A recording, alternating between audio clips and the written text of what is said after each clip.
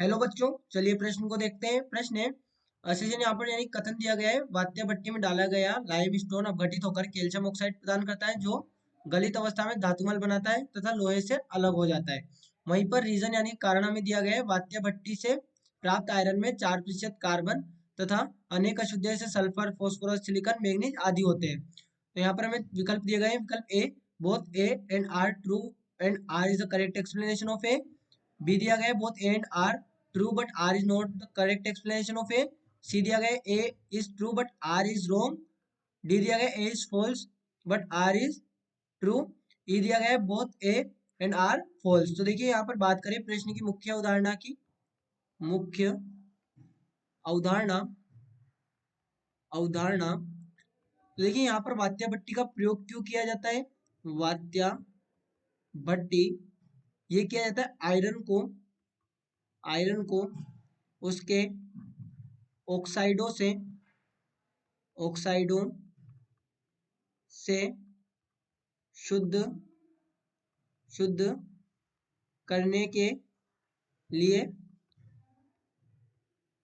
तो देखिए अब यहाँ पर बात करें हम, यहाँ पर वात्या भट्टी में हमसे कहा गया कि वात्या भट्टी में डाला गया लाइम स्टोन। लाइम स्टोन क्या होता है हमारे पास में, लाइम स्टोन।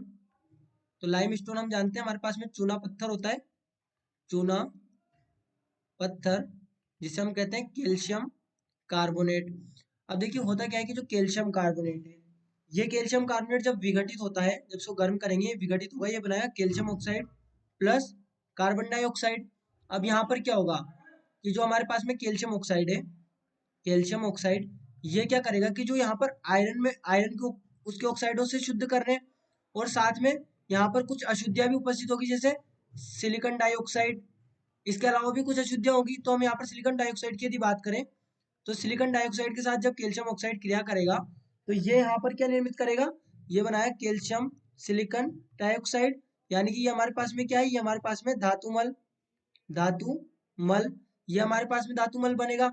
अब यहाँ पर समझे कि जो वात्या भट्टी है, वात्या भट्टी से प्राप्त आयरन को कच्चा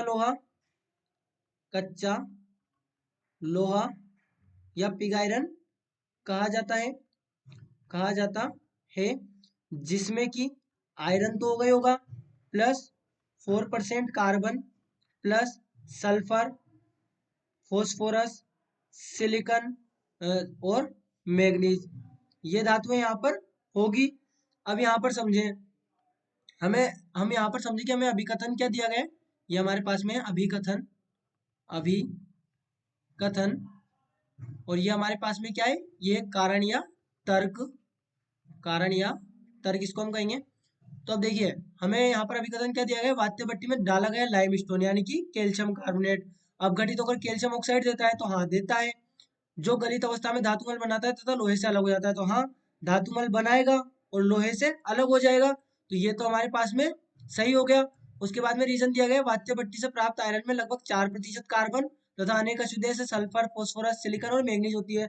तो हमने भी ये लिखा है कि जो कच्चा लोहा है वात्य भट्टी से प्राप्त हुआ है उसमें 4% कार्बन है, सल्फर, फास्फोरस, सिलिकॉन, मैग्नीज अशुद्धियां अशुद्धियां है।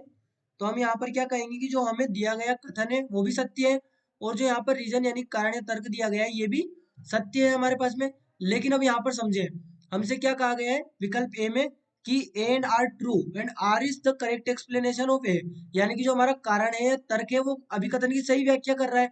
तो ये यहाँ पर गलत होगा। यहाँ पर दोनों अलग अलग कथन है, दोनों यहाँ पर अलग अलग कथन है।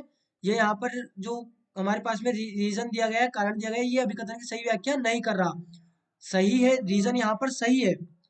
यहाँ पर हम कहें कि रीजन को यदि एक कथन मान लिया जाए तो ये है तो सही, लेकिन ये सही व्याख्या नहीं कर रहा। तो हम कहेंगे कि हमारे पास में विकल्प बी यहाँ पर सही उत्तर होगा, both A and R true but R is not the correct explanation of A, not the correct explanation. तो ये हमारे पास में विकल्प बी सही उत्तर होगा।